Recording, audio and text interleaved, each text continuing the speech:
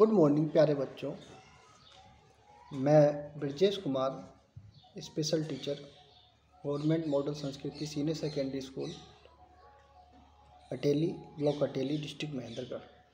तो घर से पढ़ो कार्यक्रम के अंतर्गत आपके लिए एक वीडियो लेकर आया हूँ, जो हमारी कक्षा 7 की पाठ्य पुस्तक हमारा पर्यावरण, उसकी भूगोल की पुस्तक है, उसका लेसन नंबर 8 है। मानव पर्यावरण अन्योन्य क्रिया उष्णकटिबंधीय एवं उपोष्ण प्रदेश। तो आज हम जानेंगे उष्णकटिबंधीय एवं उपोष्ण प्रदेश के बारे में।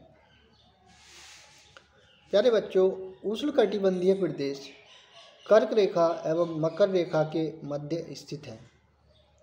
भूमध्य रेखा के 10 उत्तर से 10 दक्षिण के मध्य के भाग को भूमध्य रेखीय प्रदेश कहते हैं। अमेजन नदी इसी प्रदेश से होकर बहती है। ध्यान दें कि यह पश्चिम में पर्वतों से निकलकर पूर्व में अंध महासागर में कैसे पहुंचती है। जिस स्थान पर कोई नदी किसी अन्य जल राशि में मिलती है उसे नदी का मुहाना कहते हैं। अमेजन नदी में बहुत सारी सहायक नदियां मिलकर अमेजन बेसिन का निर्माण करती हैं। यह नदी बेसिन ब्राज़ील के भागों, पेरू के कुछ भागों, बोलीविया, इक्वाडोर, कोलंबिया तथा वेनेजुएला के छोटे भाग से अपवाहित होती है। हम बात करते हैं जलवायु। जैसा कि आप जानते हैं, अमेजन बेसिन भूमध्य रेखा के आसपास फैला है और पूरे वर्ष यहाँ गर्म एवं नम जलवायु रहती है। यहाँ का मौसम दिन एवं रात दोनों ही समय लगभग समान रूप से गर्म एवं आर्द्र होता है तथा शरीर में चिपचिपाहट महसूस होती है। इस प्रदेश में लगभग प्रतिदिन वर्षा होती है और वह भी बिना किसी पूर्व चेतावनी के, यानी कोई पता भी नहीं चल पाता और वर्षा एकदम अचानक से आ जाती है। दिन का तापमान उच्च एवं आर्द्रता अति उच्च होती है। रात के समय तापमान कम हो जाता है लेकिन आर्द्रता वैसी ही बनी रहती है। वर्षावन, यानी इन प्रदेशों में अत्यधिक वर्षा के कारण यहाँ की भूमि पर सघन वन उग आते हैं। वन इतने सघन होते हैं कि पत्तियाँ तथा शाखाओं से छत सी बन जाती है। यानी इतनी पत्तियाँ और उनकी शाखाएं होती हैं कि जो निचला भाग है, उनकी जो जड़ है पेड़ों की, तो वहाँ तक क्या होता है, सूर्य की किरणें या सूर्य का प्रकाश भी नहीं पहुँच पाता, इतने सघन वन होते हैं। यहाँ की भूमि प्रकाश रहित एवं नम बनी रहती है। यहाँ केवल वही वनस्पति पनप सकती है जिसमें छाया में बढ़ने की क्षमता हो। परजीवी पौधों के रूप में यहाँ आर्किड एवं ब्रोमिलायड पैदा होते हैं। वर्षा वन में प्राणी जात की प्रचुरता होती है। टूकन, गुंजन पक्षी, रंगीन पक्षी वाले पक्षी एवं भोजन के लिए बड़ी चोंच वाले विभिन्न प्रकार के पक्षी, जो भारत में पाए जाने वाले सामान्य पक्षियों से भिन्न होते हैं, यहाँ पाए जाते हैं। प्राणियों में बंदर, स्लोथ एवं चींटी खाने वाले टैपीर भी यहाँ पाए जाते हैं। सांप एवं सरीसृप की विभिन्न प्रजातियां भी इन वनों में पाई जाती हैं। लेकिन सांप, अजगर तथा एनाकोंडा एवं बोआ कुछ ऐसी ही प्रजातियां हैं। इसके अतिरिक्त हजारों कीड़े मकोड़े भी इस बेसिन में निवास करते हैं। मांस खाने वाली प्राणियां, मत्स्य समेत मछलियों की विभिन्न प्रजातियां भी अमेजन नदी में पाई जाती हैं। इस प्रकार जीवों की विविधता से की दृष्टि से यह बेसिन असाधारण रूप से बहुत समृद्ध है। वर्षा वन के निवासी। यहाँ के लोग छोटे से क्षेत्र में वन के कुछ वृक्षों को काटकर अपने भोजन के लिए फसल उगाते हैं। यहाँ के पुरुष शिकार करते हैं तथा नदी में मछली पकड़ते हैं, जबकि महिलाएं फसलों का ध्यान रखती हैं। वे मुख्यतः टेपियोका, अनानास एवं शकरकंद उगाते हैं। क्योंकि मछली का शिकार मिलना अनिश्चित होता है, ऐसे में महिलाएं ही अपनी उगाई साग सब्जियों से अपने परिवार का भरण पोषण करती हैं। वे कर्तन एवं दहन कृषि पद्धति का प्रयोग करते हैं। इनका मुख्य आहार मेनियोग होता है, जिसे कसावा भी कहते हैं, तथा यह आलू की तरह ज़मीन के अंदर पैदा होता है। जिस प्रकार आलू ज़मीन के अंदर पैदा होता है, उसी प्रकार कसावा भी ज़मीन के अंदर वहाँ पर पैदा होता है। ये चींटियों की रानी को भी खाते हैं। कॉफ़ी, मक्का एवं कोको जैसी नकदी फसल भी यहाँ उगाई जाती हैं। वर्षा वन अत्यधिक मात्रा में घरों के लिए लकड़ी प्रदान करते हैं।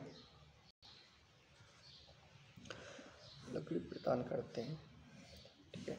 कुछ परिवार मधुमक्खी के छत्ते के आकार वाले छप्परों के घरों में रहते हैं, जबकि कुछ लोग मलोका कहे जाने वाले बड़े अपार्टमेंट जैसे घरों में रहते हैं, जिनकी छत तीव्र ढलान वाली होती है। अमेजन बेसिन के कुछ लोगों का जीवन धीरे धीरे बदल रहा है। पुराने समय में वन के अंदर पहुंचने के लिए नदी मार्ग ही एकमात्र उपाय था। 1970 में ट्रांस अमेजन महामार्ग बनने से वर्षा वन के सभी भागों तक पहुंचना संभव हो गया। अनेक स्थानों पर पहुंचने के लिए हवाई जहाज़ों तथा हेलीकॉप्टर का उपयोग किया जाता है। इस प्रक्रिया के फलस्वरूप वहाँ की मूल आबादी को उस क्षेत्र से बाहर निकलकर नए क्षेत्र में बसना पड़ा, जहाँ वे अपने पौराणिक तरीके से खेती करते रहे हैं। विकास की गतिविधियों के कारण जैविक विविधता वाले वर्षा वन धीरे धीरे नष्ट हो रहे हैं। ऐसा अनुमान है कि प्रतिवर्ष अमेजन बेसिन के वर्षा वन का बड़ा भाग लुप्त होता जा रहा है। वर्षा के कारण मिट्टी की जो ऊपरी परत बह जाती है एवं सघन वन बंजर भूमि में बदल जाता है। अब बात करते हैं हम गंगा ब्रह्मपुत्र बेसिन में जीवन। तो गंगा तथा ब्रह्मपुत्र की सहायक नदियां मिलकर भारतीय उपमहाद्वीप में गंगा ब्रह्मपुत्र बेसिन का निर्माण करती हैं। यह बेसिन उपोष्ण में 10 उत्तर से 30 उत्तर दक्षिणांश के मध्य स्थित है। घाघरा, सोन, चंबल, गंडक, कोसी जैसी गंगा की सहायक नदियां एवं ब्रह्मपुत्र की सहायक नदियां इसमें अपवाहित होती हैं। गंगा एवं ब्रह्मपुत्र के मैदान, पर्वत एवं हिमालय के गिरिपाद तथा सुंदरबन की डेल्टा बेसिन की मुख्य विशेषताएं हैं।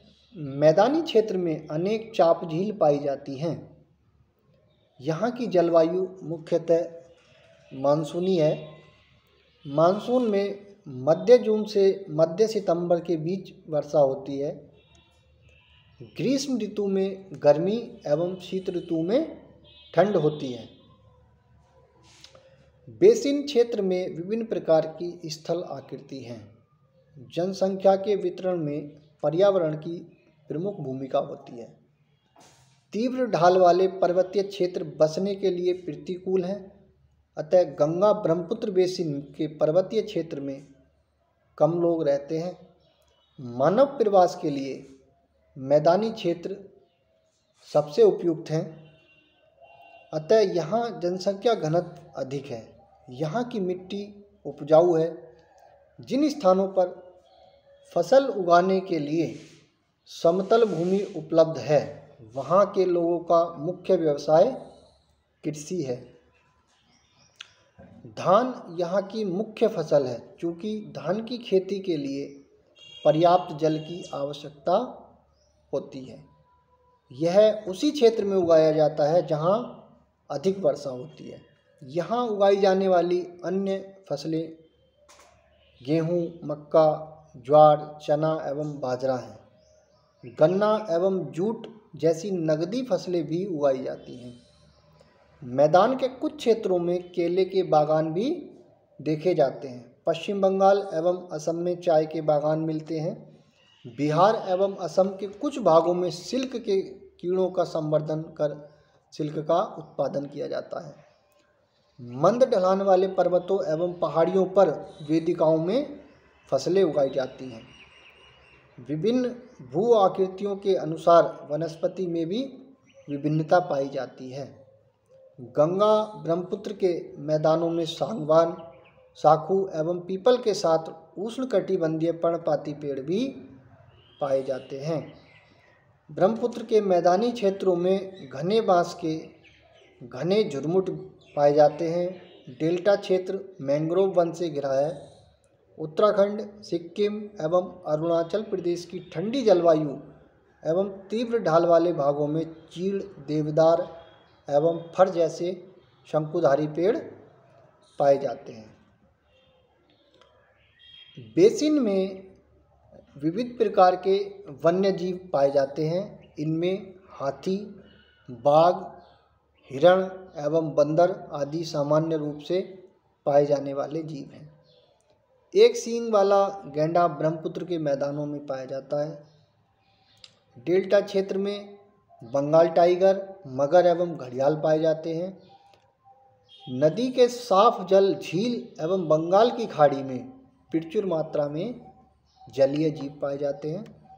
रोहू, कतला एवं हिल्सा मछलियों की सबसे लोकप्रिय प्रजातियां हैं। मछली एवं चावल इस क्षेत्र में रहने वाले लोगों का मुख्य आहार है। गंगा ब्रह्मपुत्र के मैदानों में कई बड़े शहर एवं कस्बे स्थित हैं। इलाहाबाद, कानपुर, वाराणसी, लखनऊ, पटना एवं कोलकाता जैसे 10 लाख से अधिक आबादी वाले शहर गंगा नदी के तट पर ही स्थित हैं। इन शहरों तथा यहाँ स्थित उद्योगों का गंदा पानी बहकर नदी में ही जाता है, जिससे क्या होता है, जिससे यह नदी प्रदूषित हो जाती है। तो हमें इन चीज़ों पर ध्यान देना चाहिए कि हमारे जो घर का जल है वो बहकर किसी ऐसी नदी में न जाए जिससे उसका पानी खराब हो जाए। तो बेसिन में यातायात का सुविकसित तंत्र उपस्थित है। गंगा ब्रह्मपुत्र बेसिन में यातायात के 4 मार्ग सुविकसित हैं। मैदानी इलाकों के लोग सड़क मार्ग एवं रेल मार्ग द्वारा एक स्थान से दूसरे स्थान तक जाते हैं। नदी के तटीय क्षेत्रों में जलमार्ग यातायात का प्रभावशाली माध्यम है। कोलकाता हुगली नदी पर स्थित एक महत्वपूर्ण पत्तन है। मैदानी क्षेत्र में कई बड़े हवाई पत्तन भी स्थित हैं। पर्यटन इस बेसिन की एक महत्वपूर्ण क्रिया है। आगरा में यमुना के किनारे स्थित ताजमहल, इलाहाबाद में गंगा एवं यमुना नदी का संगम, उत्तर प्रदेश एवं बिहार में बौद्ध स्तूप, लखनऊ का इमामबाड़ा, असम का काजीरंगा एवं मानस वन्य प्राणी अभयारण्य तथा अरुणाचल प्रदेश की विशिष्ट जनजातीय संस्कृति जैसे कई दर्शनीय स्थल इस बेसिन में मौजूद हैं। तो प्यारे बच्चों, आज की इस वीडियो में हमने इस लेसन के बारे में जाना। आशा करता हूँ आप इस वीडियो के माध्यम से इस लेसन की तैयारी घर पर रहकर करेंगे। धन्यवाद।